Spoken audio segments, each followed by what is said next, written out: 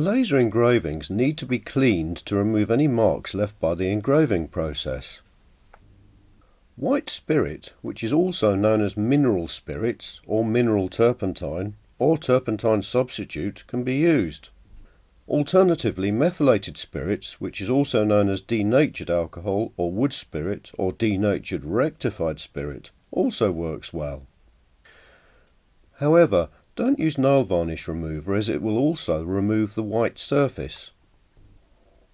Whilst cleaning the engravings, you can protect your hands by wearing the vinyl gloves stored in the labelled bag. First check that your chosen cleaner doesn't actually dissolve the gloves. Also remember to protect your work surface from being damaged by the cleaner. The engravings are stored in a small bubble wrap bag. If you are not sure, try cleaning the white side of one of the clock hands. These will finally have their black side facing outwards, so your test won't show. Check you have the full set along with a small red gem. Store the gem in a suitable container for later use.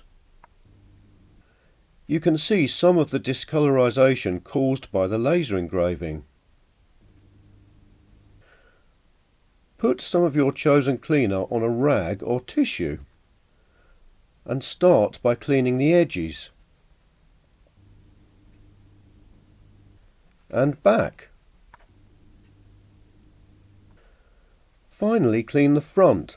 Doing the front last helps reduce the chance of discolorization being dragged from the sides onto the front.